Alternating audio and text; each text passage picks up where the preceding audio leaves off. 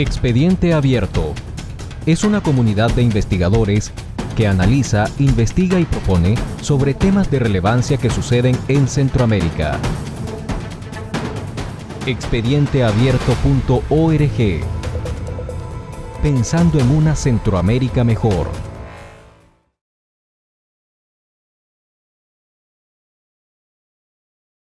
Buenos días, gracias por estar presentes en este intercambio. Como muchos saben, bueno, algunos, nosotros como Expediente Abierto hemos venido trabajando en los temas de seguridad, pero no podríamos trabajar los temas de seguridad en Nicaragua sin abordar los temas de justicia también.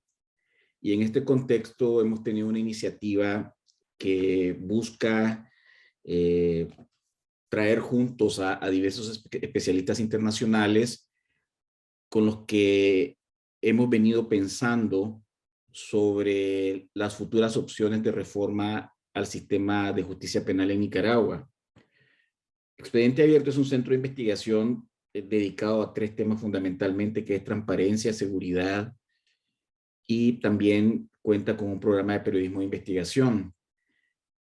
Este tema de la reforma del sistema de justicia penal lo concebimos dentro de nuestra estrategia de trabajo alrededor de los temas de seguridad, y luego de un proceso de análisis, primero de diálogos y de sistematización, hemos logrado proponer, con la asistencia de expertos internacionales, de digamos, un ideario o 9 pasos que nosotros concebimos fundamentales para repensar el sistema de justicia en Nicaragua, y cuando corresponda, porque va a ser sí o sí,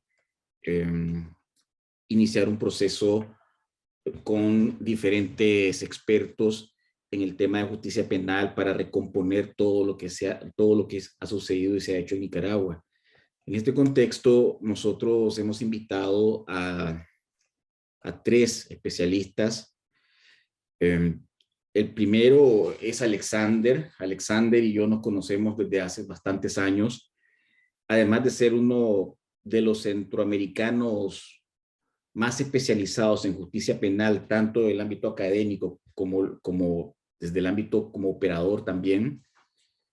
Alexander conoce pero muy bien en Nicaragua, conoce muy bien Nicaragua. ¿Por qué? Porque fue parte del primer ciclo de asesores internacionales que tuvo Nicaragua para el proceso de reforma del sistema de justicia penal.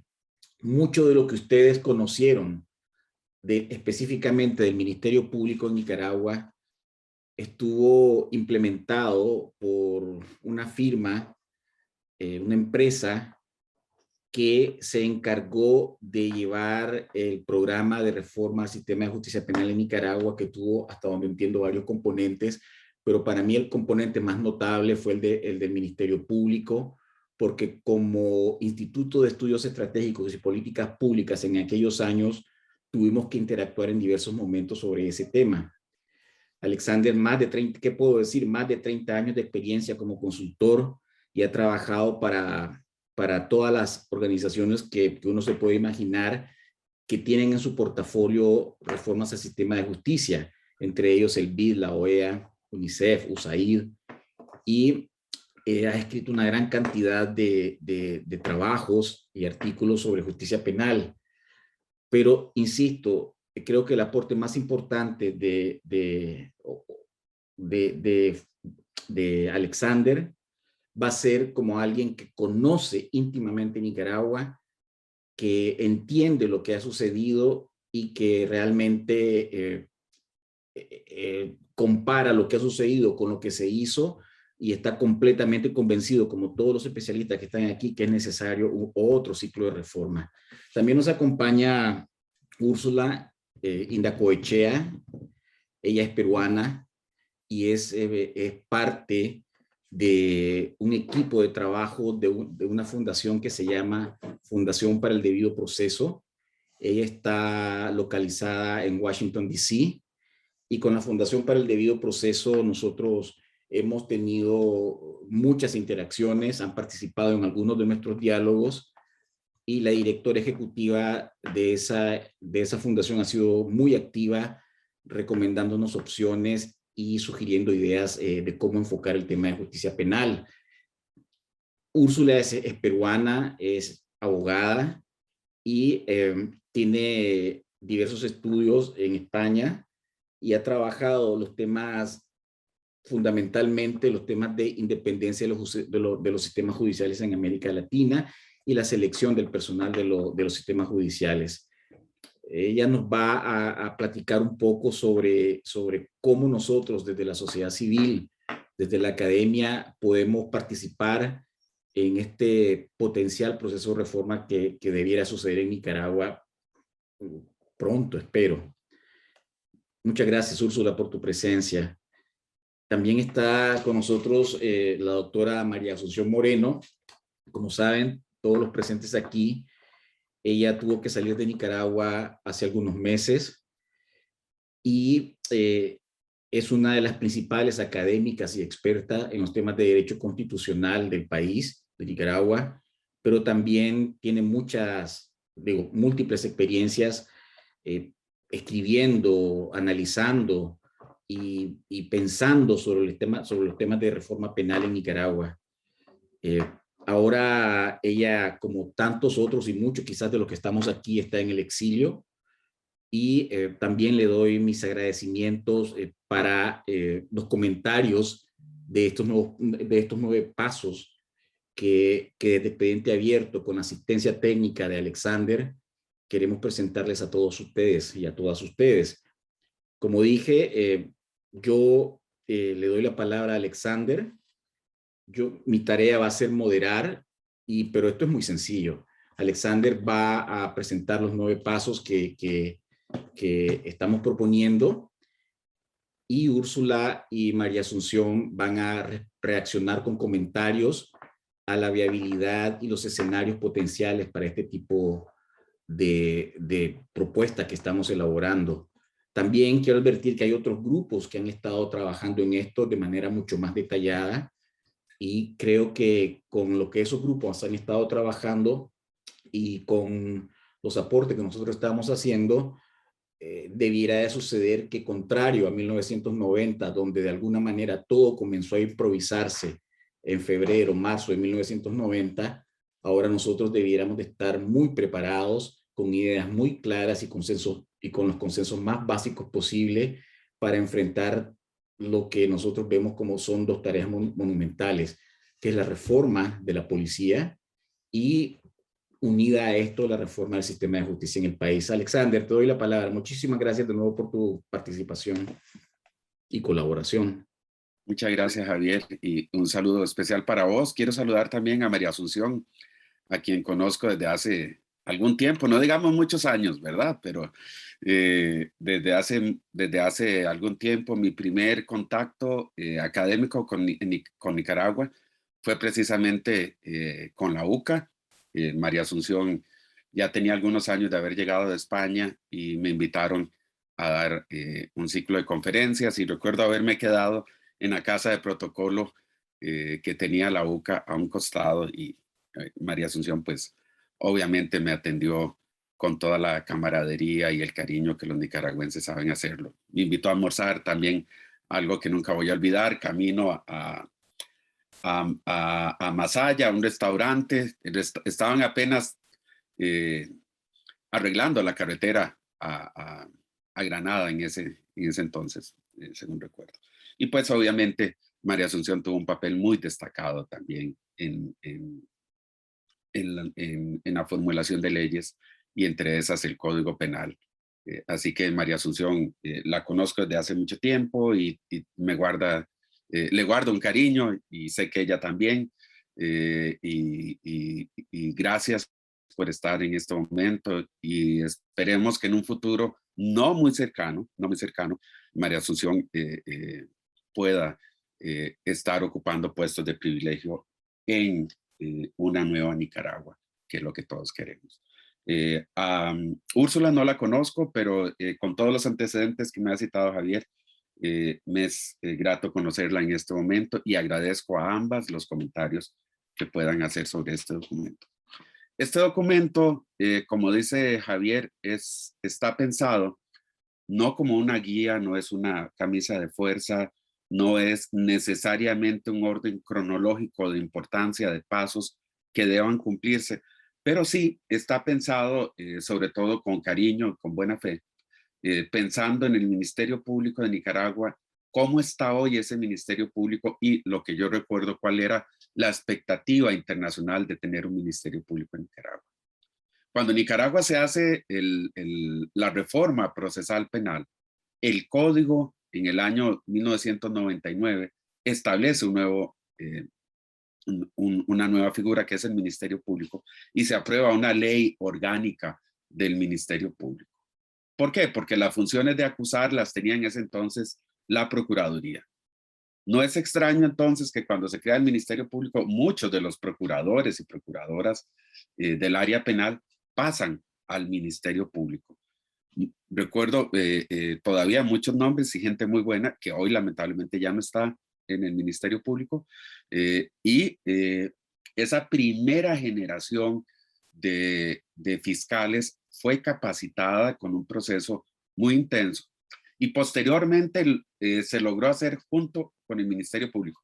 A pesar de que en ese entonces todavía había influencia política, o siempre ha habido influencia política sobre el Ministerio Público, se logró realizar alrededor de 4 concursos públicos que se hacían una invitación a través de los medios de comunicación, a través de los periódicos de la época, y participaban cientos de personas. De un análisis de los currículum se reducía la cantidad y luego se hacía un examen de oposición. El que ganaba el examen iba a un proceso de entrevistas y luego iba a pasar otro tipo de pruebas. Todo ese procedimiento se plasmó después en la ley de carrera del Ministerio Público. Sin embargo, en los últimos años, el Ministerio Público ha dejado de utilizar esta ley de carrera y su ley orgánica y todo lo que fue un proceso de selección por méritos, un proceso de selección que trataba de ser objetivo, se echó a la basura. Hoy las noticias que tengo es que el Ministerio Público no hace un proceso de selección, simplemente hace una convocatoria interna y participan funcionarios auxiliares o asistentes administrativos y son nombrados como fiscales. Esto tiene un gran problema institucional y un gran problema nacional, y es que los fiscales no son nombrados por méritos, sino son nombrados más bien por su afinidad política con aquellas personas que están a la cabeza del Ministerio Público. Y digo que esto es un gran problema porque cuando el fiscal le debe el puesto a un jerarca, va a responder a lo que él quiera y no necesariamente a los intereses de la ley o a los intereses de la justicia, que son los que debe proteger un fiscal. Con este panorama, obviamente, tan sombrío en cuanto a la selección y capacitación de los fiscales, pues pasamos por el año 2018. Recuerdo estar allá en Managua, justo el día que explotaron las protestas, y tenía que dar una conferencia en la UCA. Para mi sorpresa, ese día llegué a la UCA y estaba cerrados los portones, y ahí me di cuenta de lo que había pasado la noche y madrugada del 17. El cuento corto es que en las pocas horas yo ya estaba viajando de regreso a Costa Rica, lamentablemente, y no, ni por asomo, me imaginaba la atrocidad que iba a pasar, y mucho menos el papel tan protagónico y desastroso que fue a cumplir el Ministerio Público en toda esta represión. Y lamentable también porque algunos fiscales que fueron seleccionados y capacitados con asistencia internacional, pues se han prestado lamentablemente para esta seguidilla de injusticias. El Ministerio Público es importante en todas las democracias porque el Ministerio Público es el órgano encargado de dirigir la investigación y de evitar la impunidad de los delitos. No es la policía, es el Ministerio Público. Y vamos a ver ahora otra disfunción que pasa en Nicaragua. Por eso el Ministerio Público es importante para una comunidad que el sistema de justicia funcione sobre cierto tipo de parámetros es básico. O sea, no solo los periodistas, no solo los políticos, sino todos los ciudadanos deben comprender la importancia de un Ministerio Público independiente. El Ministerio Público tiene que ser independiente precisamente para aplicar el principio de igualdad ante la ley.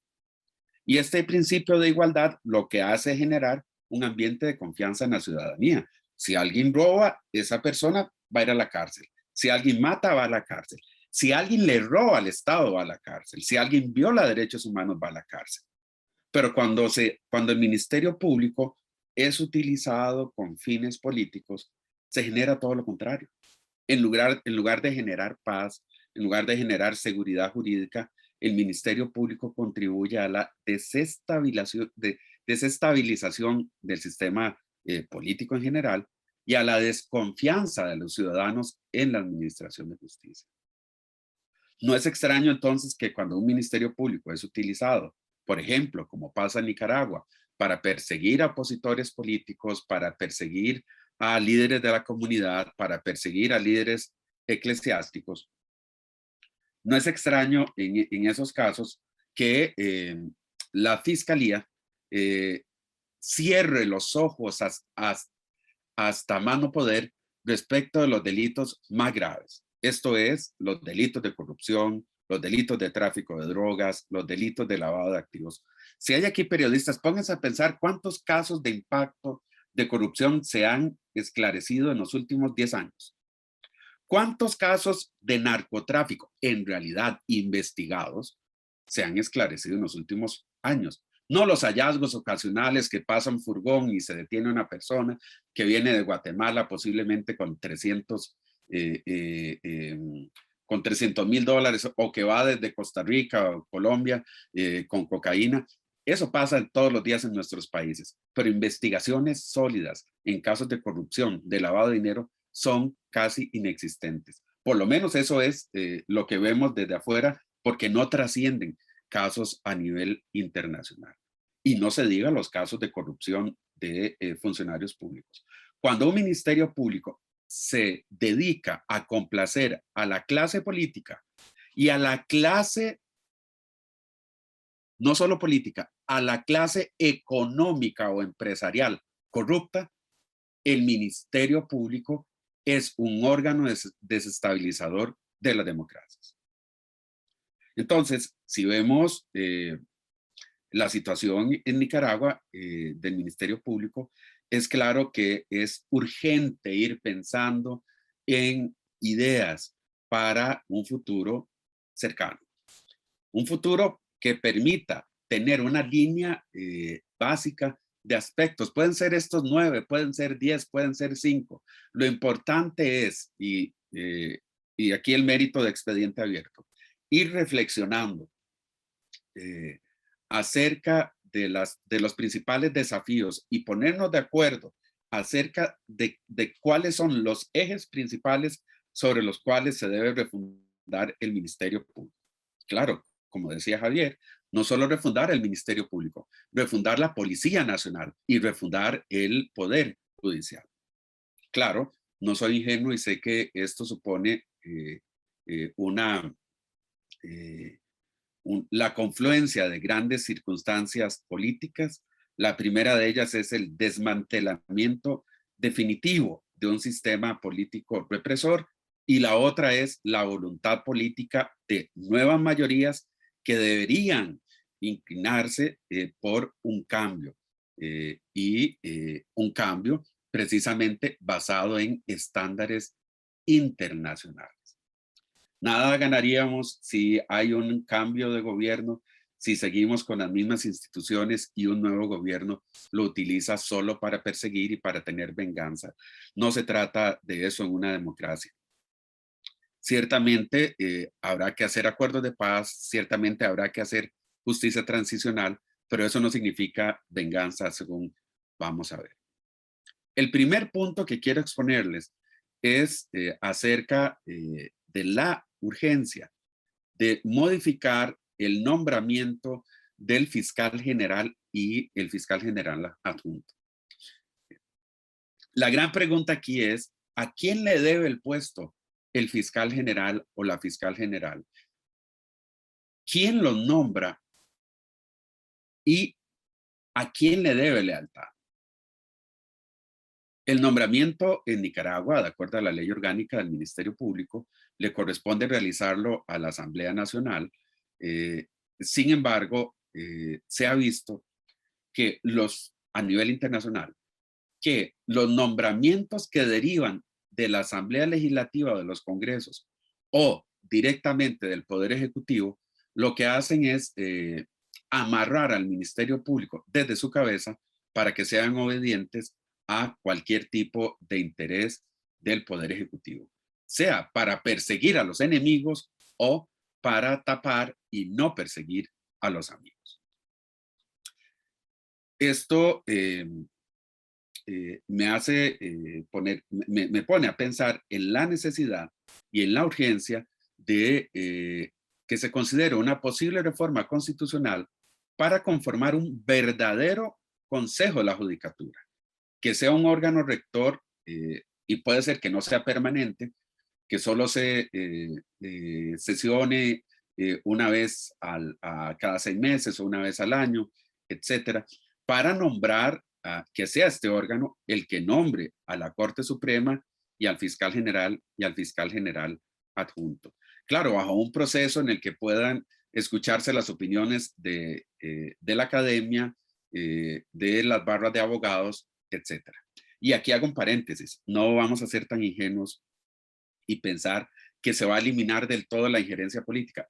No hay un sistema, por lo menos que yo conozca, que prescinda totalmente de las decisiones políticas. A fin de cuentas, las decisiones son manifestaciones del poder y el que está en el poder tiene cierta inclinación o no. Incluso en países como Costa Rica, en los que se dice que el sistema es más transparente, es claro que los fiscales son electos por el Poder Judicial y que evidentemente siempre hay sesgos en la elección de los jerarcas. Y eso pasa en cada país. El problema es cuando se sabe que el fiscal general proviene de un partido político, o porque ha militado en él, o porque tiene afinidad muy marcada con determinado partido político, y eso le hace perder su objetividad. Tampoco pienso que esto sea como un concurso para optar a una plaza en una universidad o en un ente totalmente técnico. Ciertamente debe haber un cumplimiento mínimo de requisitos, por ejemplo, tener tantos años de ejercicio profesional, tener tener renombre nacional, que no haya enfrentado procesos penales y que no haya sido condenado, etcétera, etcétera. Pero de ahí a querer hacer un concurso en el que se le dé puntaje a las personas por publicaciones, por experiencia profesional, hay una gran distancia. Creo que los factores que deben valorarse más en la selección de un fiscal general y un fiscal adjunto tiene que ver con su trayectoria y con su liderazgo. Y la trayectoria del liderazgo normalmente no están reflejadas en una hoja de vida. Una hoja de vida refleja lo que la persona posiblemente ha tenido tiempo para escribir o para formarse, pero no necesariamente refleja su capacidad para dirigir independientemente una institución. Claro, digo, no es que se prescinda en un futuro concurso, un futuro nombramiento de fiscal general de estos elementos, solo estoy diciendo que no deberían ser los predominantes. Y claro, hay que tener cuidado a la hora de reformar la Constitución para saber a quiénes va a escuchar este Consejo de la Judicatura. No vaya a pasar, como pasa ahora en Guatemala, que se crearon universidades de garaje porque la ley establece que hay que escuchar a la academia y entonces se crearon asociaciones para crear universidades de garaje que son, a fin de cuentas, cooptadas por los órganos o por los partidos políticos y a través de ellos se hace un fraude en el que la política, a fin de cuentas, es la que participa en la nominación de los posibles candidatos a fiscal general. Este consejo de la judicatura es muy distinto al consejo de administración de carrera judicial, por si alguien está pensando que ya lo tienen, que simplemente hay que cambiarlo. No, el consejo de administración de la carrera judicial, que está en manos del Poder Judicial y que está presidido por uno de sus magistrados, actualmente es claro que es un consejo que está politizado y que se usa para girar instrucciones incluso de casos. Aquí lo que se propone es un órgano totalmente independiente del Poder Judicial que sirva para nombrar magistrados y fiscales. Obviamente este órgano tendría que ser electo por la Asamblea, pero de cierta forma diluye, por lo menos a un segundo nivel, la influencia política. La integración y competencias de este consejo, pues obviamente deben delimitarse. Aquí solo estamos esbozando la idea general. América del Sur ofrece experiencias interesantes a ser tenidas en cuenta, por ejemplo, en el caso de Argentina, el caso de Chile, el caso de Colombia, el caso de Ecuador. Ofrecen experiencias comparadas que pueden ser utilizadas para perfilar un órgano que permita escoger a las nuevas autoridades. Y en todo caso, creo que una de las situaciones que deben preverse para futuro es la prohibición absoluta y definitiva de la reelección de magistrados y de los jerarcas del Ministerio Público, que solo deberían ser electos por un periodo único de 5 años, sin posibilidad de que puedan ser reelectos ni bajo ninguna circunstancia. Esto quiere decir ni siquiera bajo vía de interpretación, como se han mantenido hasta la actualidad los jerarcas del Ministerio Público. Vamos al segundo punto. El segundo punto tiene que ver con una depuración institucional. Les decía al inicio, Nicaragua, con apoyo internacional, logró sentar las bases para fundar un ministerio público muy profesional. Se realizaron concursos de oposición. Sin embargo, en el año 2007, con el retorno del actual partido al gobierno, los avances que se habían logrado en tener un ministerio público consolidado se echaron para atrás. Es decir, el ministerio público retrocedió en calidad y en cantidad. Y eso impidió que el ministerio público se renovara con funcionarios o con funcionarios provenientes del ejercicio profesional. Y claro, ustedes son testigos de que hubo una desbandada de fiscales de experiencia. Algunos fueron despedidos y otros otros renunciaron y algunos incluso están exiliados fuera del país. Creo que es urgente hacer una depuración, sobre todo iniciar procesos de remoción de los fiscales y demás funcionarios que planificaron, aconsejaron y ejecutaron actos de persecución jurídica en contra de opositores políticos, ciudadanos o periodistas, sobre todo a partir de abril del 2018. Yo he visto las acusaciones por los casos de conspiración por actos de traición a la patria.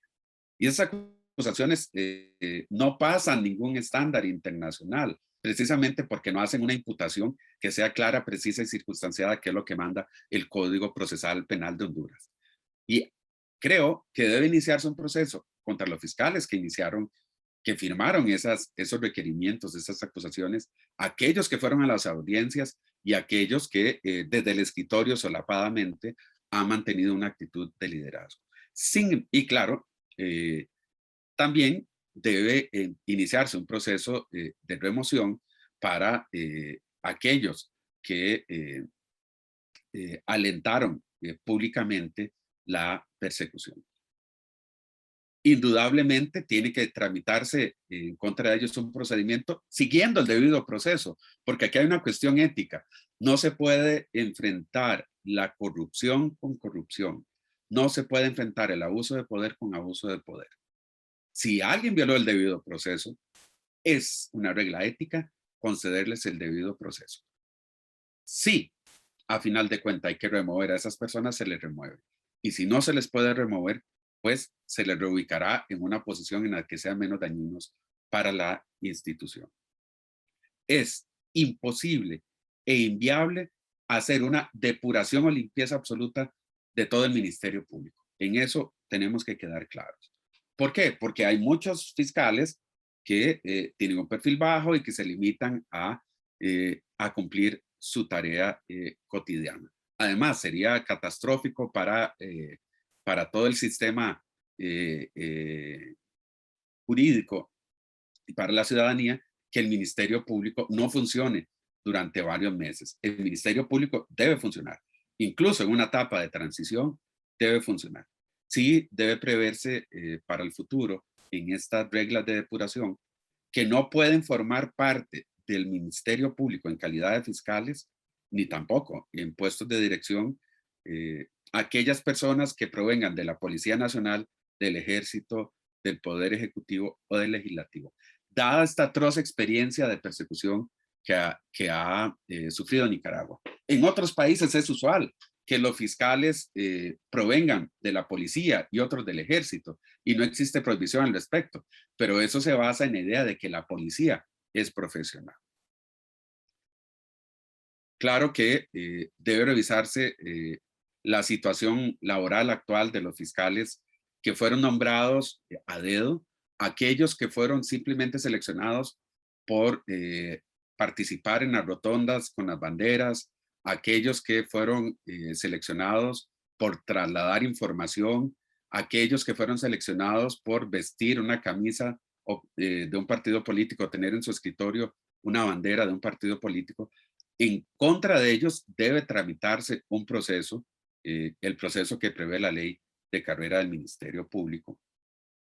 Y al mismo tiempo que se hace ese proceso de depuración, debe convocarse a un proceso público para incorporar a nuevos fiscales sin dejar de lado la necesidad de incorporar sin concurso, porque ya lo habían hecho, aquellos fiscales que tenían experiencia e integridad y que fueron despedidos o acosados para renunciar al negarse a cumplir las órdenes ilegales de la fiscalía o del todo el aparato político.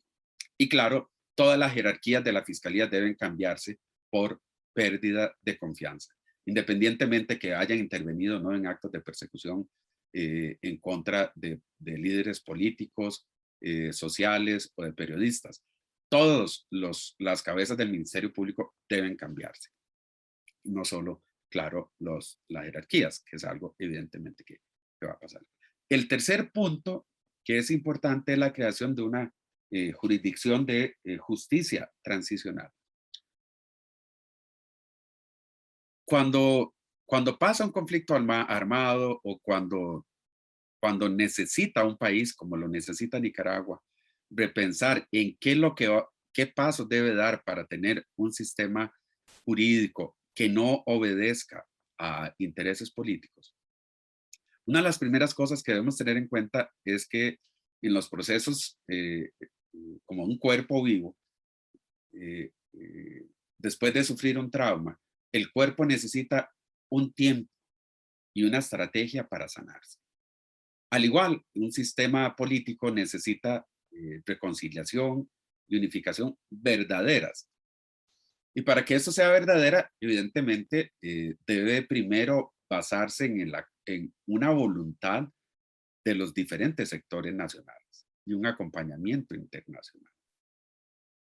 Ya estamos claros que el papel aguanta lo que sea, y al hablar de reconciliación y unificación no es solo un eslogan, no debería ser solo un eslogan de un partido político, sino una idea básica sobre la cual se debe averiguar qué fue lo que pasó en determinado periodo de tiempo y esclarecer si hubo o no violación a los derechos humanos para superar una crisis de gobernabilidad.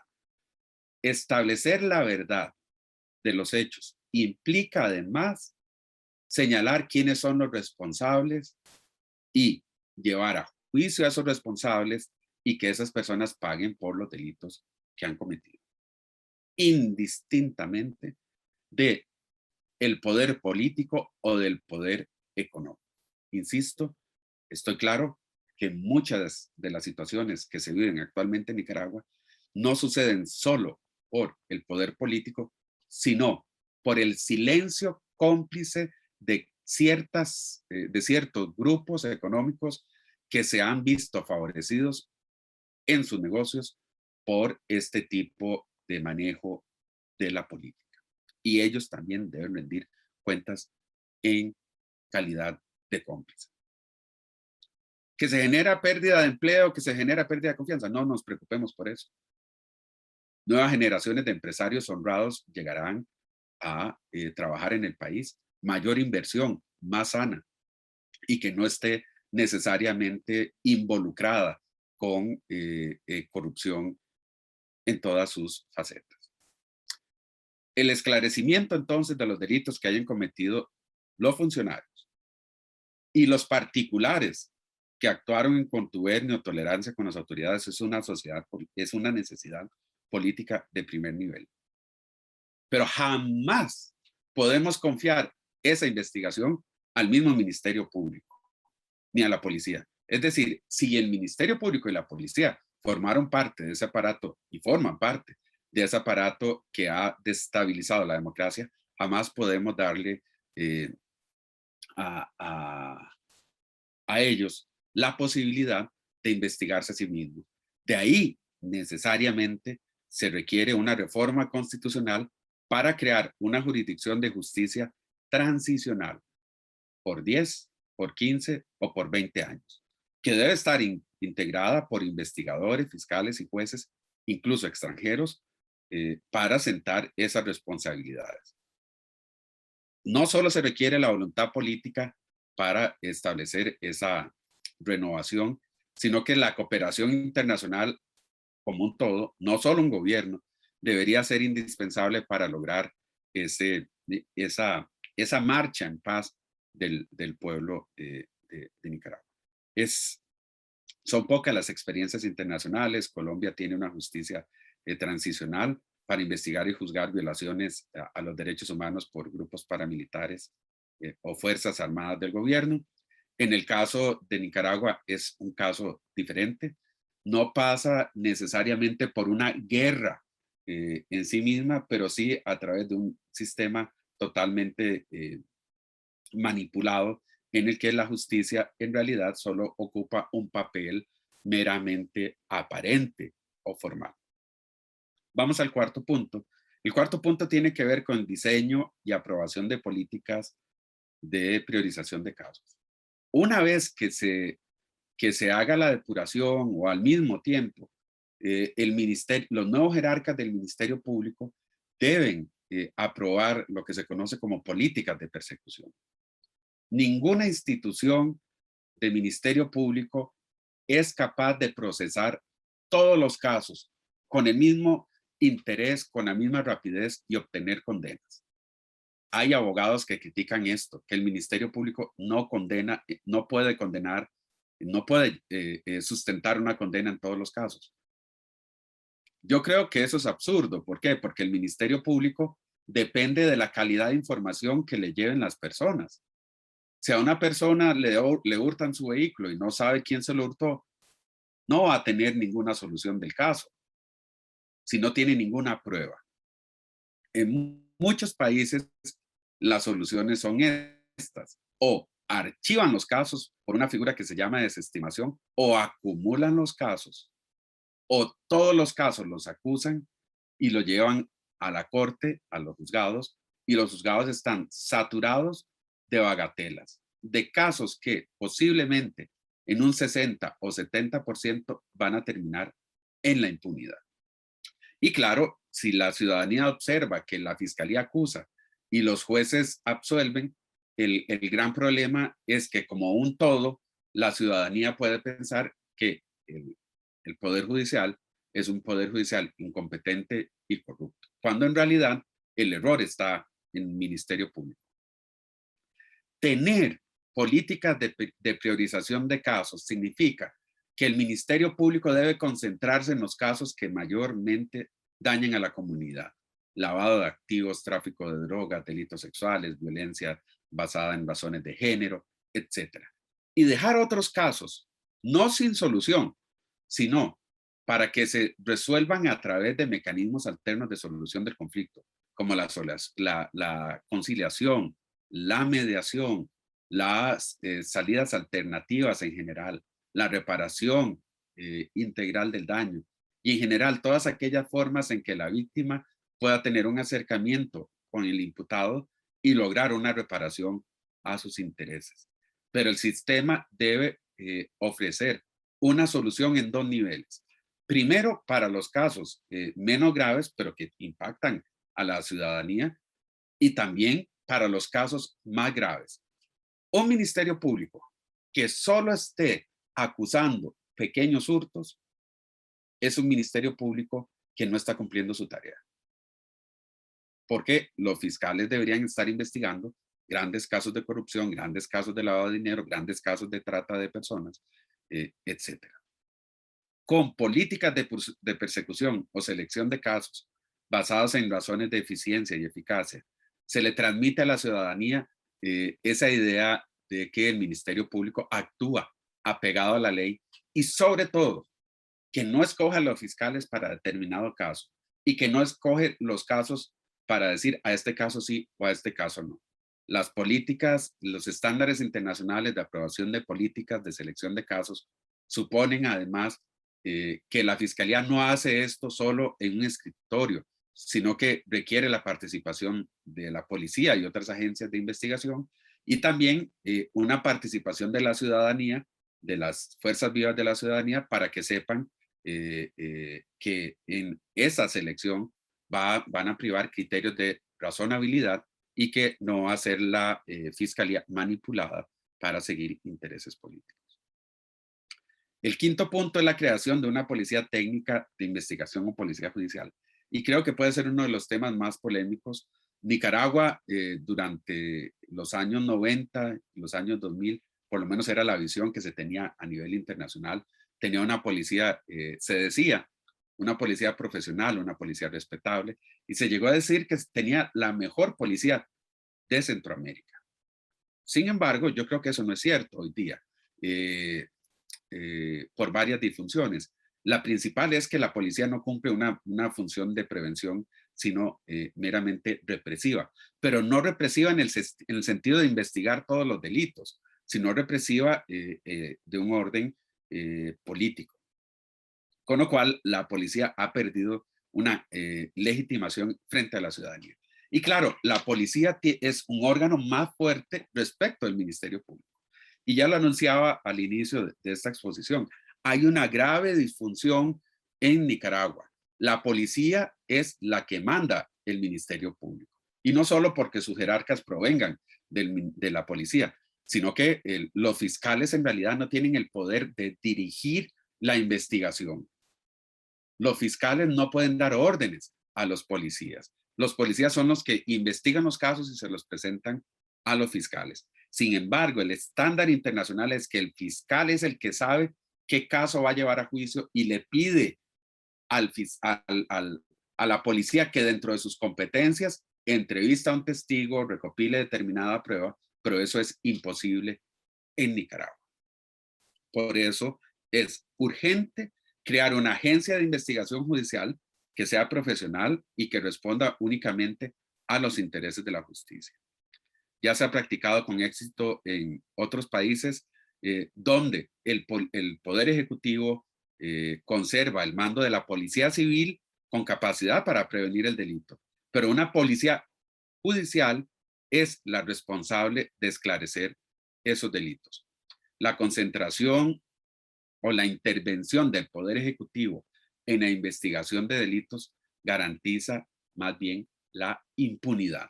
Por eso la policía que se debe crear es una policía de investigación en manos del Ministerio Público. Que sea el Ministerio Público el que dirija realmente la investigación. Y claro, debería tener independencia operativa respecto a la Fiscalía General, precisamente para que tampoco sea manipulada. Y debe ubicarse estratégicamente en los lugares de mayor incidencia. Cuando se habla de crear una policía judicial o una unidad de policía judicial, claramente debe empezarse un proceso de selección de detectives y sumarse y traer de la Policía Nacional los laboratorios de criminalística y quitarle a la Corte Suprema de Justicia la Dirección de Medicina Legal y ponerlo todo bajo un órgano técnico que sea el responsable de esclarecer los delitos. Es algo, pues, obviamente que va a generar polémica, pero creo que es indispensable para lograr un ministerio público en verdad fortalecido. El sexto punto se refiere a la capacitación de fiscales. Actualmente el Ministerio Público, como lo dicen sus dos leyes, tiene una unidad de capacitación. Sin embargo, esa unidad no tiene mayor incidencia en el desempeño institucional y se centra más bien en labores de adoctrinamiento político y partidario.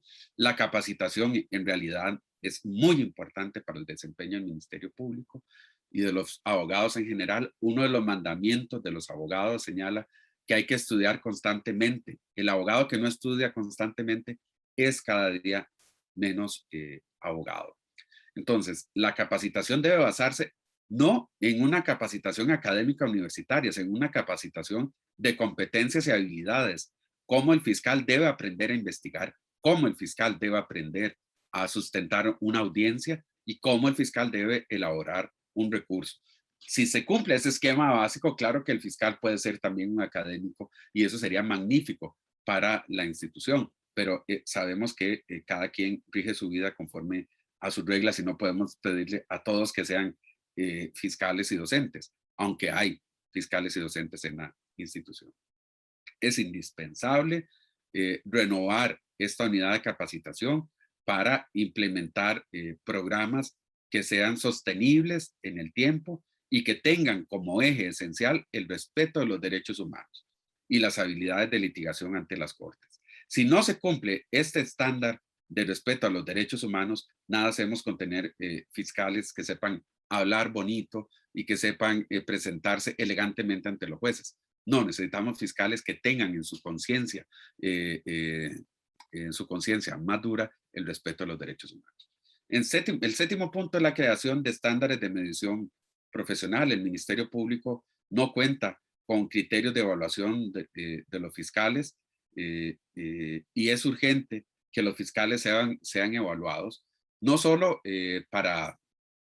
por una cuestión salarial, que en algunos países se le vincula con eso, sino por una cuestión de protección a la misma institución.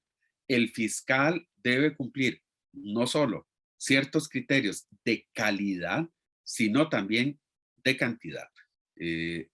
Aquí hay que ser muy cuidadosos porque si se le pone mayor atención al tema de la cantidad, tendremos fiscales acusando cualquier cantidad de hurtos o pequeñas ofensas y en realidad no se trata de eso, como dije hace pocos minutos. Hay experiencias internacionales de criterios de evaluación del desempeño y esos criterios de evaluación del desempeño deben servir para detectar dónde están fallando los fiscales y hacia dónde debe orientarse la capacitación del Ministerio Público y cuáles son las políticas que debe aprobar la institución para ajustar. Un punto número 8 es la urgencia de modificar la Constitución para concederle al Ministerio Público un presupuesto específico. Igual, hay que hacerlo con el Poder Judicial. Hoy estamos hablando del Ministerio Público. ¿Por qué? Porque sabemos que el Ministerio Público recibe su presupuesto de lo que le aprueba la Asamblea Legislativa o la Asamblea Nacional y lo que obviamente propone el Poder Ejecutivo. Imagínense ustedes el caso de que un Ministerio Público esté totalmente debilitado ante la clase política. Obviamente la forma en la que se puede limitar el accionar del Ministerio Público es reduciendo su presupuesto. Es importante establecer un porcentaje mínimo y fijo en la Constitución que sea mínimo y el Ministerio Público puede solicitar otros presupuestos extraordinarios si fuera del caso, de acuerdo a las necesidades que tenga y de acuerdo también a las posibilidades que tenga el país. Y el último punto no es porque sea el último y que sea menos importante. En realidad, esto es a todas luces primordial y es la relación del Ministerio Público con la ciudadanía. Y debería ser algo que esté presente en todos los 8 puntos anteriores. El Ministerio Público debe orientarse a perseguir los delitos conforme a la ley, sin presiones externas, y debe mantener una política de comunicación institucional con la ciudadanía y con los medios de comunicación, no solo para darle a conocer, como lo hacen ordinariamente a través de comunicados de prensa, sino con una política de puertas abiertas. Hoy día se habla de justicia abierta, y la justicia abierta implica no solo dar a conocer las noticias, sino dar a conocer el presupuesto, las atribuciones, las agendas de los jerarcas, sino también se requiere una política de rendición periódica de cuentas nacional, departamental y local de parte de la Fiscalía, para que le explique a los ciudadanos qué es lo que hace la Fiscalía, cuáles son los problemas que tiene y cómo la ciudadanía puede involucrarse también en colaborar con el Ministerio Público. Creo que he dejado expuesto estas ideas tal vez de una manera muy rápida. Quiero que sepan que han sido pensadas con el profundo amor que le tenemos a Nicaragua y con la expectativa, como decía Javier, de que en un futuro cercano podamos estar hablando de poner estas ideas u otras mejores ideas que sé que tanto Asunción y Úrsula tienen al respecto y que puedan complementarse con estas, para que en un futuro podamos estar pensando que el Ministerio Público de Nicaragua es orgullo de Centroamérica, que es ejemplo, que aunque llegue a ser un laboratorio, es un laboratorio o va a ser un laboratorio exitoso en el sustento de la justicia y en la credibilidad del sistema en general. Esa es mi fe, esa es mi confianza, y creo que estos o algunos de estos puntos van a contribuir en esa expectativa. Les agradezco a todos su atención. Gracias. Gracias, Alexander. Súper concreto, y creo que ya estás despertando bastantes reacciones. Ya tenemos algunos y algunas que quieren hacer preguntas. Por eso nos vamos a apurar un poco. Como dije, me complace tantísimo presentar a Úrsula. Úrsula Indacochea, como dije, es peruana, tiene un máster en Derecho Constitucional de la Universidad Católica del Perú, y también es licenciada en Estudios Avanzados de Derechos Humanos por la Universidad Carlos III. Por supuesto, ha publicado diversas investigaciones sobre teoría del derecho, sistemas de justicia, litigio constitucional, y hay que publicar. Si no publicar, no estaría en la Fundación para el Debido Proceso, de hecho. Nosotros, el equipo, luego aquí en el chat, a través del chat, les va a pasar las referencias de Úrsula, por si alguien quiere usarlas en sus entregas, o contactarlos o contactarlas bilateralmente. Úrsula nos va a hablar específicamente sobre el último punto que abordó Alexander en su trabajo, que insistió de que por ser el noveno no es el menos importante. Y tiene que ver con el rol de la sociedad civil en la construcción en la vigilancia de las fiscalías, y también como un mecanismo reitero, de control ciudadano sobre estas instancias, sobre todo como en el caso de Nicaragua, que se trata de una fiscalía y un sistema de justicia penal que va a tener como antecedente profundas y una gran cantidad de violaciones de derechos humanos, y como dice el lema de unos colegas de una ONG de derechos humanos, ojalá que nos encontremos con una Nicaragua nunca más con este tipo de fiscalías. Úrsula, te cedo la palabra por un espacio de 12 minutos, por favor. Digo 12 porque te vas a extender a 15 seguro. Adelante. Hola, bueno, muchas gracias, Javier, Alex, María Asunción, un gusto conocerte. Bueno, yo voy a ser muy puntual para no extenderme y también dejar espacio para las preguntas, pero quisiera un poco enunciarles desde dónde partimos, ¿no? Yo trabajo para la Fundación para el Debido Proceso, como dijo Javier, y nosotros desde hace ya muchos años empezamos a profundizar en el estudio de los estándares internacionales que conciernan al estatuto de los fiscales y las fiscalías y a su estatuto de independencia o de autonomía. Y esto coincidió, digamos, con un proceso nacional que me parece que es muy relevante y del que creo que pueden aprovechar mucho los nicaragüenses, que es el proceso en México de creación de la primera Fiscalía General de la República Autónoma, ¿no? Como saben, México tenía una procuraduría que era, digamos, adscrita al Ejecutivo, y desde el 2014 tuvo una reforma en su Constitución para crear una Fiscalía Autónoma que no se materializó, que se quedó ahí, digamos, dormida por muchos años, porque requería una ley orgánica y un acto, digamos, político del Congreso de la Unión para materializarse, para que se creara efectivamente. Entonces se creó un movimiento muy amplio de sociedad civil que se llamó Fiscalía que Sirva, que involucraba a cientos de organizaciones de derechos humanos, anticorrupción, académicos, algunos de justicia transicional, colectivos de víctimas, y luego ese movimiento,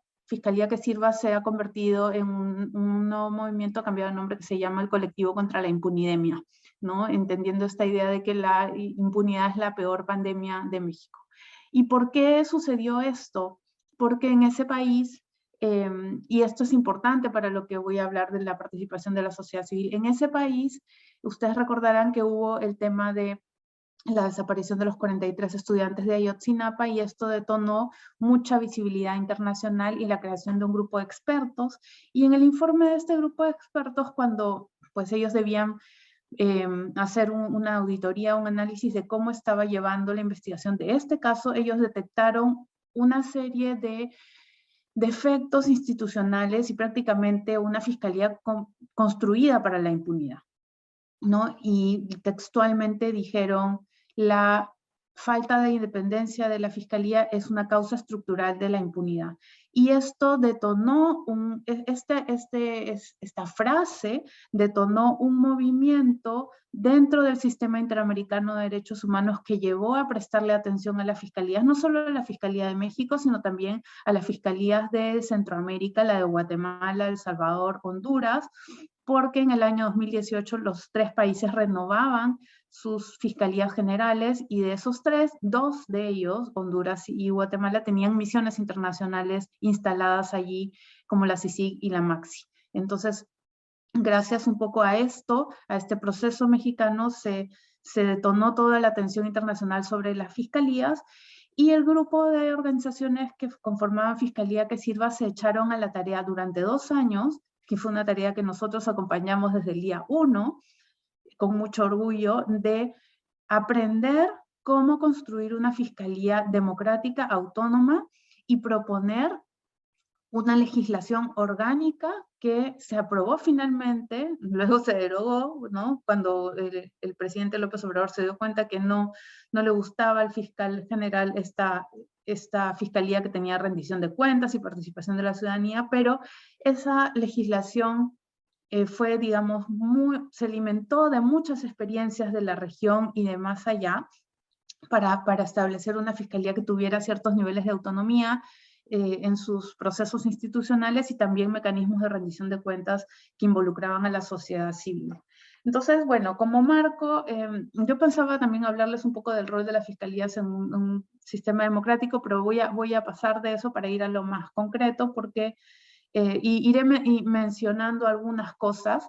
Creo que una de las principales, o el eje central de esta aproximación, debe ser que las fiscalías son actores poderosos, y las fiscalías no, a diferencia de la tendencia, digamos, que vemos en la región, donde se les quiere arrimar a el grupo de instituciones encargadas de la política de seguridad del Estado, ¿no? Junto con la policía, junto con las Fuerzas Armadas. Las fiscalías deben estar fuera porque son el contrapeso de esa política de seguridad, ¿no? Las fiscalías producen información valiosa para las políticas de seguridad de los estados, pero no deben formar parte de ellas, y no se les debe responsabilizar sobre el fracaso o el éxito de ellas, sino más bien ser garantes de los derechos y buscar que esas políticas no lesionen los derechos y libertades fundamentales.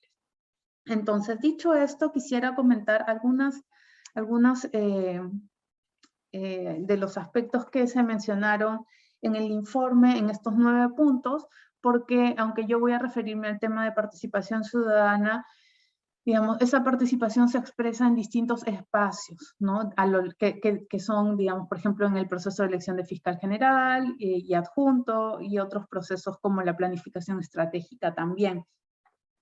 Para empezar, el tema de la participación ciudadana no debe verse como un tema, como una concesión, digamos, del poder o del Estado hacia los ciudadanos, porque ya está reconocido internacionalmente que el derecho a participar en los asuntos públicos es un derecho humano. En nuestro sistema lo recoge el artículo 23.1a de la Convención Americana sobre Derechos Humanos, y además existen diversas sentencias de la Corte que hablan del derecho a defender los derechos humanos como basado en ese derecho también, y el derecho a defender la democracia, ¿no? Entonces, yo creo que estas tres, el derecho a participación, el derecho a defender los derechos humanos y el derecho a defender la democracia, son una base suficiente y hasta excesiva para reivindicar el derecho a participar en la construcción de una fiscalía democrática para Nicaragua. Ahora, ¿cómo participa la sociedad civil en esto? Bueno, de hecho, el ejercicio que Expediente Público ya está promoviendo es una forma, digamos, de participación, pero en el propio diseño de la institución habrán espacios institucionalizados de participación, espacios previstos, que no son los únicos en los que la ciudadanía puede intervenir. En el caso de la Fiscalía Mexicana, por ejemplo, existían hasta cuatro grandes espacios institucionalizados. El primero estaba en torno al proceso de selección de fiscal general. En México no existe un adjunto, ¿no? Pero dentro de los procesos de selección y dentro de los estándares, que ya son otro universo pequeño al lado de, digamos, estos estándares sobre fiscalía, los estándares sobre procesos de selección de altas autoridades y sobre fiscales generales en particular, establecen que estas elecciones deben ser, en la medida de lo posible, separadas del poder político, alejadas del poder político, y en el caso de que existan mecanismos políticos, tienen que reforzarse las salvaguardas que existen para garantizar que estas elecciones no sean hechas por motivos políticos, aun cuando estén en manos de órganos políticos. Y una de esas salvaguardas es la participación ciudadana, que debe ser efectiva. Y la participación ciudadana en estos espacios de elección de fiscal general sirve para, primero, proporcionar información relevante a los entes electores, pero segundo, también para ser un mecanismo de rendición de cuentas de los entes electores. Se produce, digamos, desde la posibilidad de comentar las reglas del proceso, las reglas, las tablas, las puntuaciones, ¿no? Dar insumos para mejorar las reglas, hasta la posibilidad de objetar candidaturas específicas, presentar tachas, denuncias contra candidatos, participar en las entrevistas de los candidatos a través de propuestas de preguntas, o incluso de forma directa reservando un espacio de las entrevistas para que los ciudadanos directamente hagan las preguntas. Hay muchas experiencias interesantes sobre esto, en el caso de Argentina, por ejemplo, que están documentadas y que les puedo pasar más adelante. Eso es el primer espacio. Un segundo espacio es en la elaboración de una política de persecución penal, ¿no? Lo que Alex ha llamado criterios de priorización, políticas de priorización de casos, ¿no? La política de persecución penal no es otra cosa que un plan que el fiscal general se traza como, digamos, líder de una institución altamente jerarquizada, para garantizar el principio de unidad de la actuación fiscal, es decir, para que la actuación de todos los fiscales sea coherente y ordenada, y que distribuya de manera racional los recursos humanos y materiales con los que cuenta la fiscalía, ¿no? Como dijo Alexander, no vamos a perseguir todos los casos, pero hay que perseguirlos de forma estratégica. Y tradicionalmente, digamos, en la construcción de los planes de política de persecución penal, está la disyuntiva de decidir si vamos a construir planes hacia adentro, o sea, pensados en los fiscales y los funcionarios que están dentro de la fiscalía para que ellos puedan ordenar y tener una visión clara de los objetivos y hacia dónde vamos, o si son planes escritos hacia afuera para que los ciudadanos puedan conocer las prioridades estratégicas de la Fiscalía, y obviamente este plan es el principal instrumento de rendición de cuentas de una Fiscalía. O sea, el plan no puede ser escondido, no puede ser aquí lo tenemos reservado, el plan tiene que ser público y su construcción debe incluir a la ciudadanía para poder reflejar para poder identificar cuáles son los delitos de mayor impacto social, para poder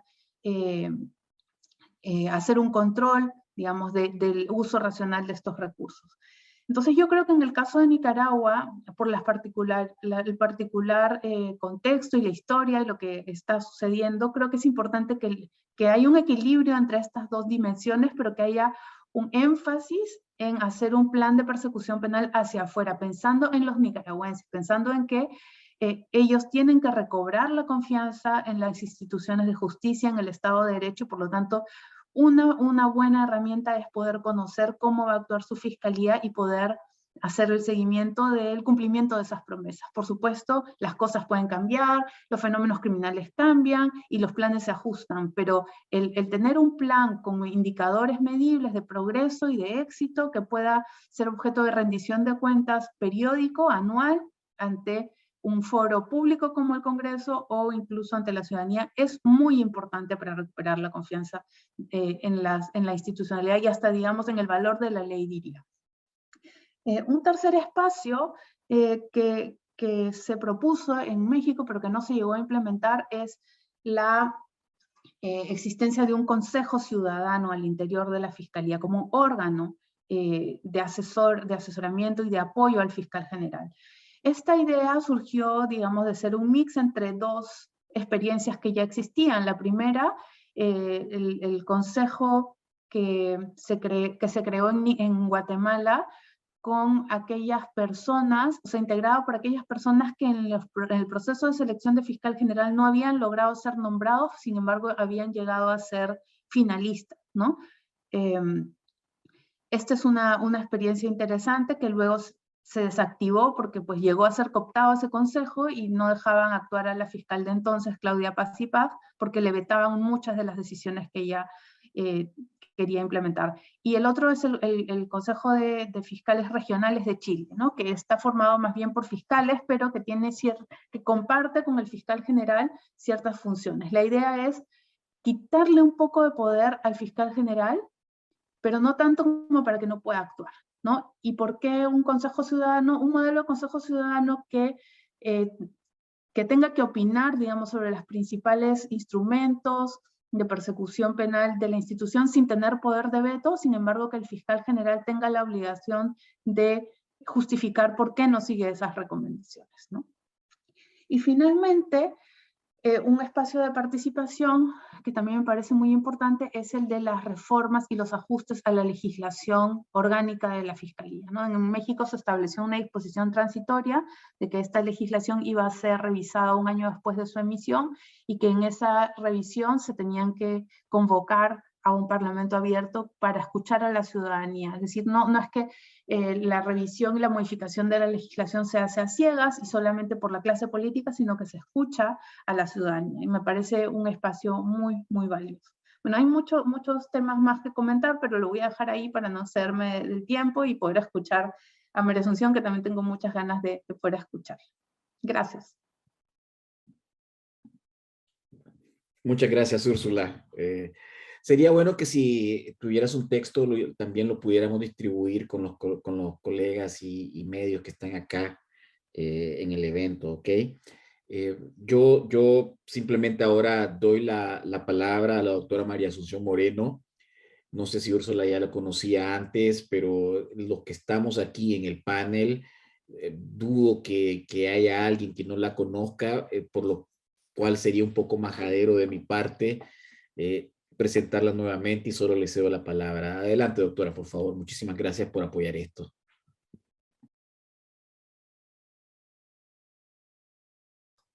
Buenos días, Javier.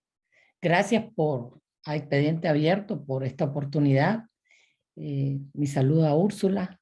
Un gusto conocerte, Úrsula. Creo que siempre estos espacios de planteamiento de reformas y de mejoramiento de nuestras sociedades son unos espacios ideales para encuentros con personas que compartimos principios, valores y deseos de un mejor mundo. Igual, un abrazo fuerte a Alexander. Alexander, no vamos a decir cuántos años tenemos de conocernos. Mejor no.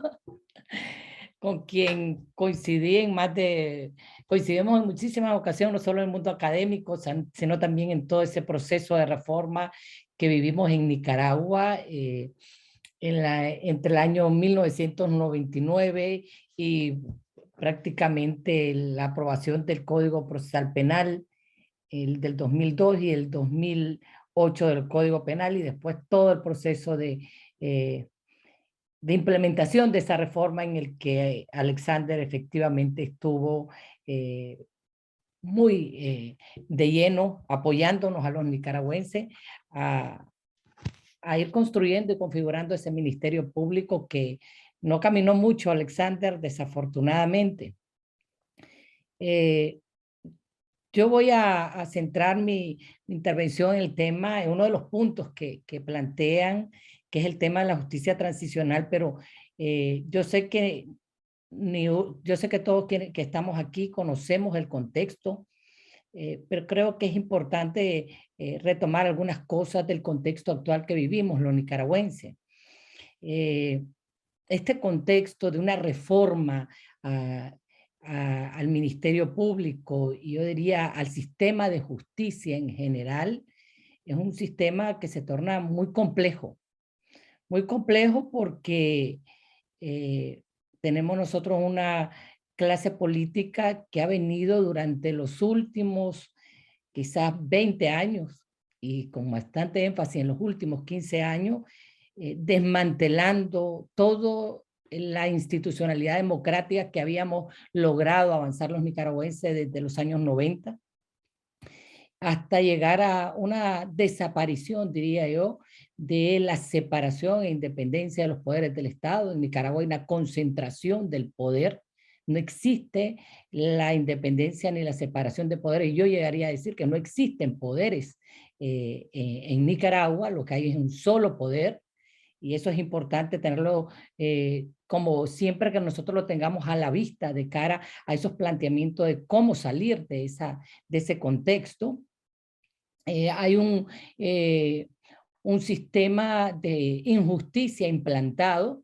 Obviamente yo digo que en Nicaragua ya no podemos hablar de poder judicial, sino de una secretaría del poder centralizado. Es decir, el poder partir de un contexto lo más objetivo, real, desde el punto de vista institucional, entre comillas, desde el enfoque de la centralización del poder es importante de cara a ver cómo vamos a reconstruir y restaurar un sistema de justicia en Nicaragua de forma integral, en el que el Ministerio Público sin duda es una de las instituciones fundamentales a tener en cuenta. Al no existir un poder judicial tal y como lo entendemos en los modelos democráticos, débiles, frágiles o muy fuertes, también el Ministerio Público se convierte en una subsecretaría.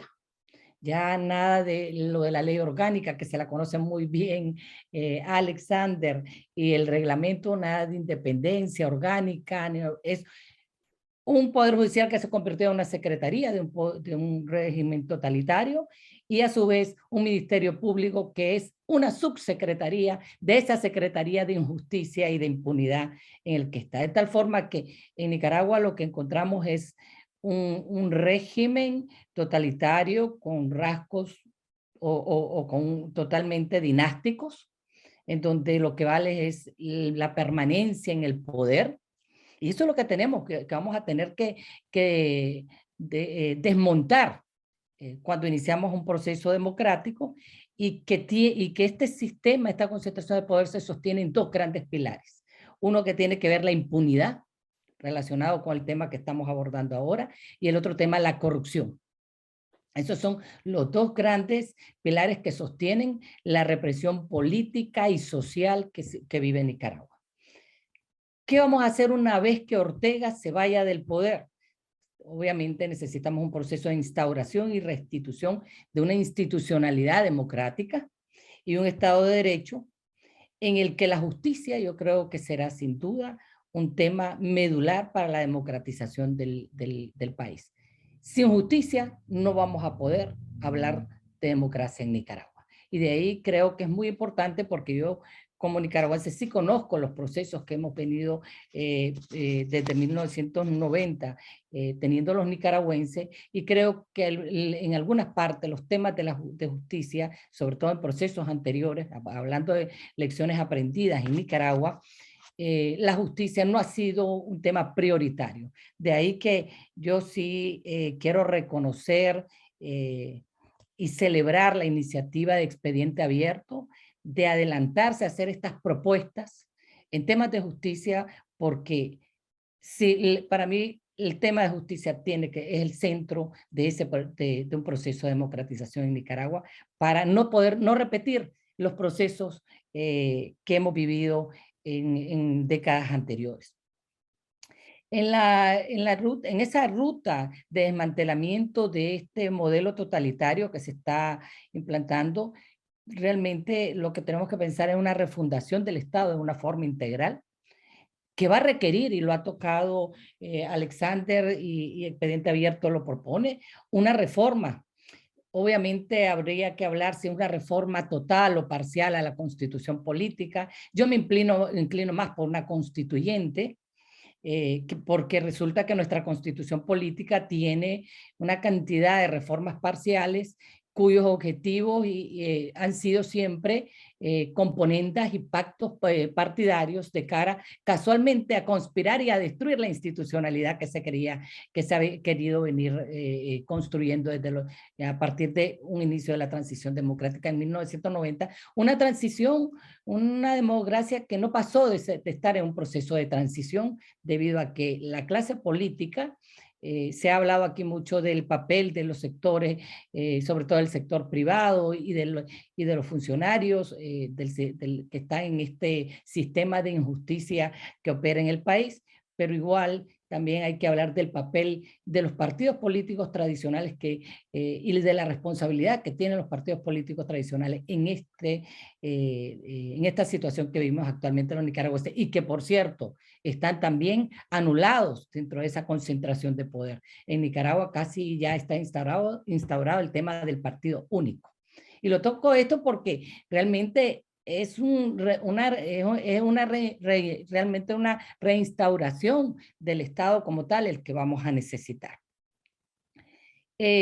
Al ver esta situación que suena dramática y dura para los nicaragüenses, sobre todo por la realidad de las graves violaciones de derechos humanos que vivimos los nicaragüenses, la propuesta que se está haciendo es muy importante que se haga en esta etapa previa al inicio de esa transición democrática, porque va a dar opción a repensar, reflexionar, dibujar, volver a elaborar y reelaborar y revisar rutas como las que se están proponiendo en este evento, ¿no?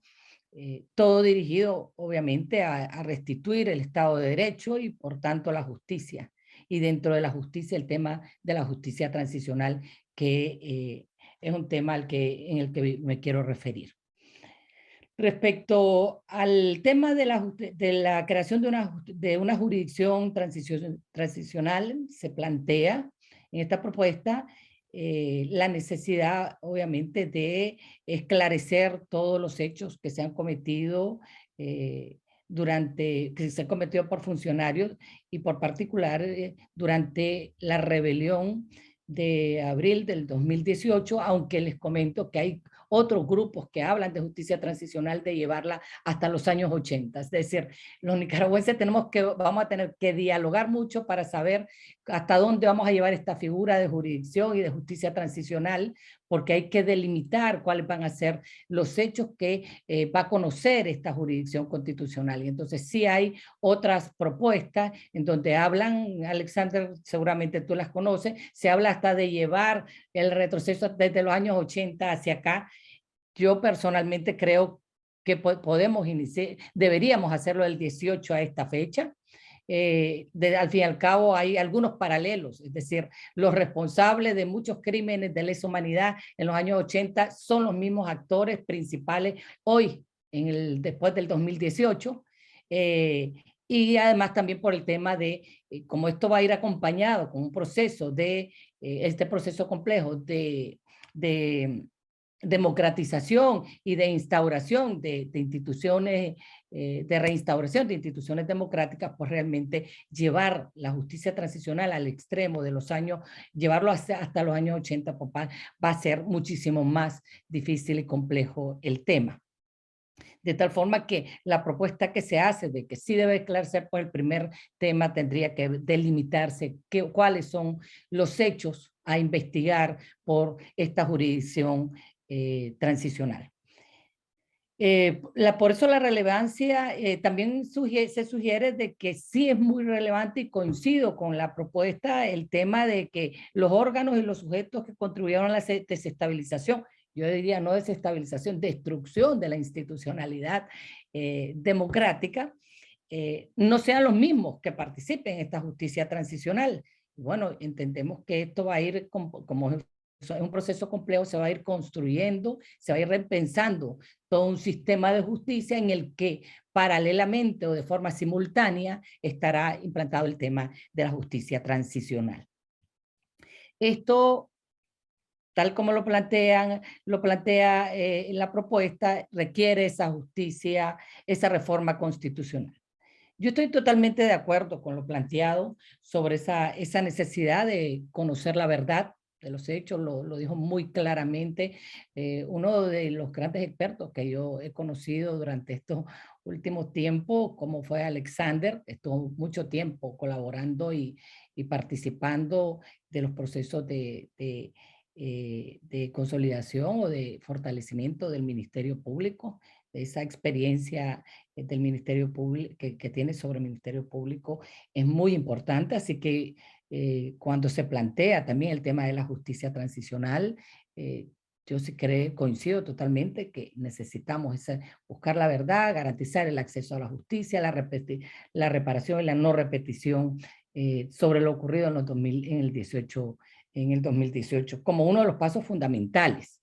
Es decir, no vamos a hablar de una reforma o de una restitución de un sistema de justicia integral sin ese tema sin abordar un tema medular como es la justicia transicional. Al respecto, sería muy importante, creo que el punto no lo dice el documento, Alexander, no te escuché en tu exposición el planteamiento. El primer tema es cómo concebimos el tema de la justicia transicional. Y es que la forma en que la concebimos o la conceptualizamos determina también las líneas de trabajo o cómo vamos a estructurar este sistema, este modelo de justicia. Yo tengo una propuesta concreta sobre el tema, cómo la plantearíamos frente a ese legado que vamos a tener de abusos y graves violaciones de derechos humanos. Y efectivamente, como no lo dice el documento, por eso te lo pregunto, creo que hay que pensar en un modelo de justicia transicional en el que tenga no solo como finalidad la búsqueda de la verdad, el enjuiciamiento y de los responsables que han participado en toda la comisión de estas graves violaciones de derechos humanos, el establecer una política, una ley, un sistema, un programa de reparación a las víctimas, sino también que esta justicia transicional debe plantear una reforma institucional integral que proporcione reconocimiento a las víctimas, que promueva la confianza ciudadana.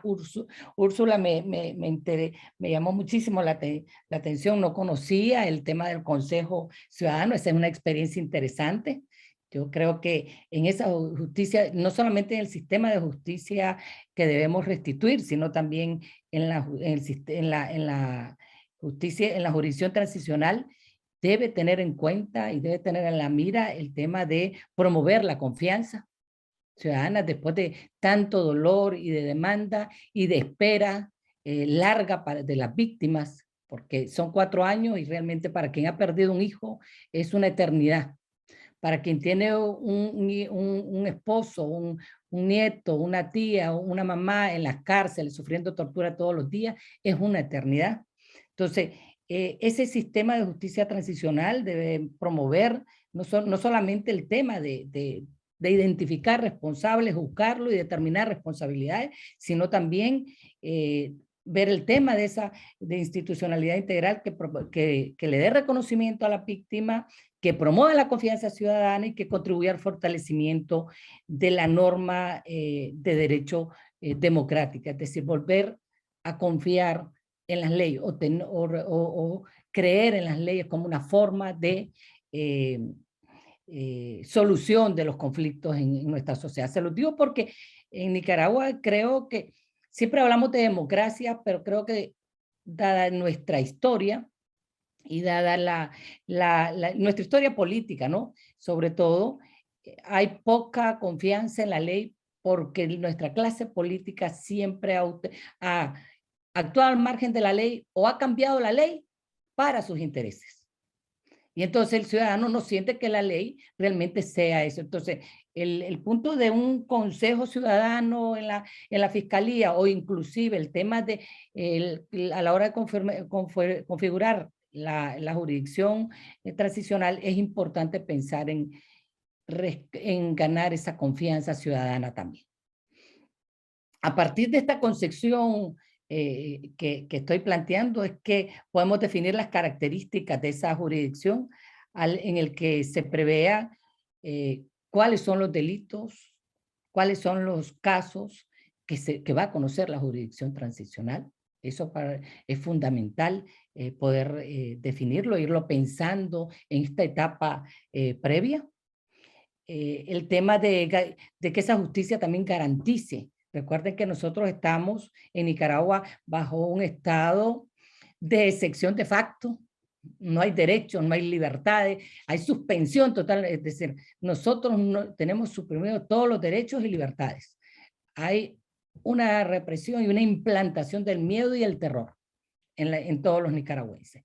Y dentro de esa situación, obviamente el tema de ver cómo se garantiza y cómo se restituye los derechos políticos, los sociales, inclusive hasta los electorales. O sea, Nicaragua confiaba mucho, el nicaragüense confiaba mucho en el valor de su voto.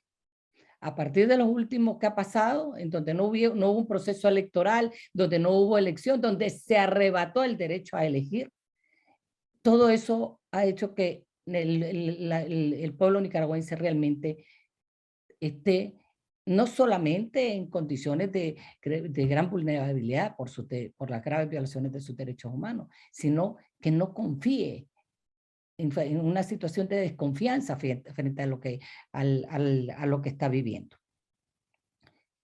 Yo creo que dentro de estos procesos, y lo plantea en la propuesta Alexander, sin duda la asistencia técnica y el apoyo de la comunidad internacional será fundamental.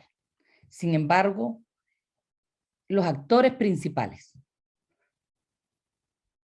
deben de ser los nicaragüenses.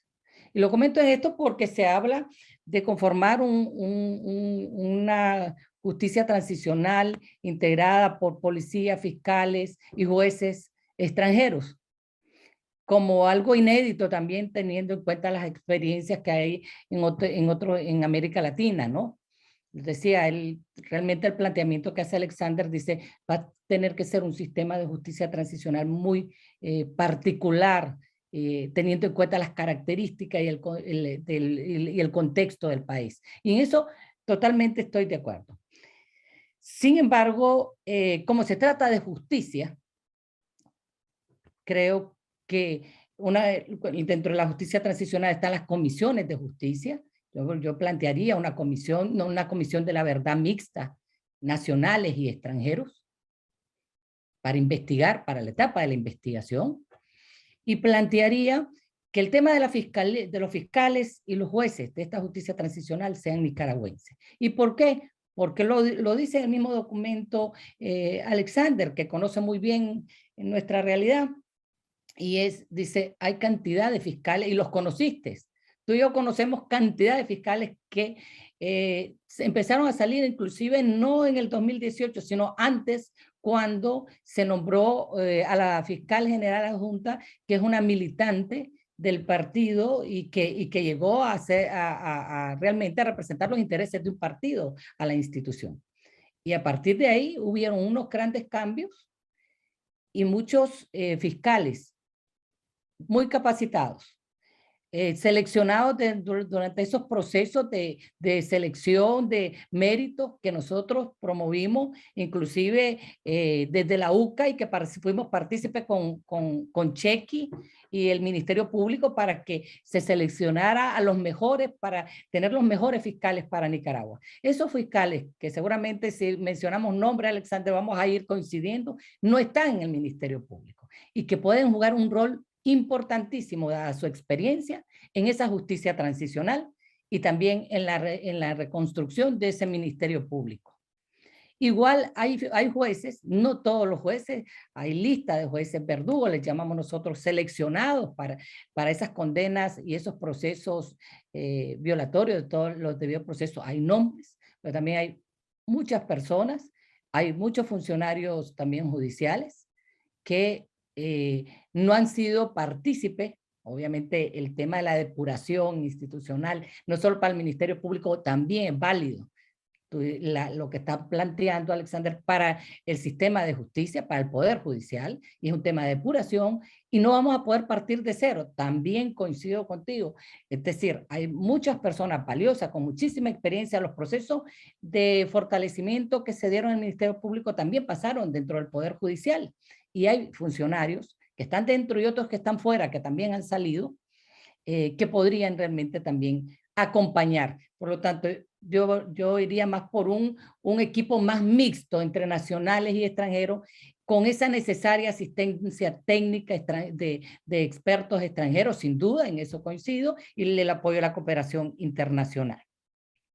El tiempo en que funcionaría, creo que hay que verlo en el texto dice 6 años, me pareció muy poco, pero ya después te escuché que hablaste de 10, 15, 20 años. Ojalá lo pudiéramos hacer en 6, Alexander, y ojalá en 10. Pero bueno, sabemos que estos procesos son más complejos y sí vi que hablaste de un poco más de tiempo, y eso yo tenía un comentario ahí que hacer.